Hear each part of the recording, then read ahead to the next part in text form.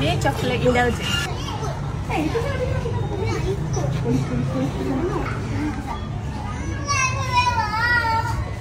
Lepas tu kita letak Coco Crunch. Dia ada rasa crunchy. Yang ni ice cream flavor apa? Vanilla. Ini satu set RM10 saja. Sekarang kita nak buat mango ais kepal, mango cream. Okay. Mula-mula kita kena ni tepi dia. Ini memang top one. Tu letak cream. Dan sekarang kita boleh blend ais.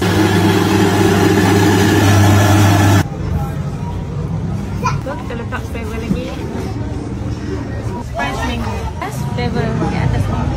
Ini harga RM12.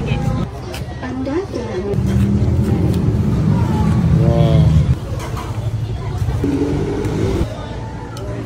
Okay. Ini RM12 matcha.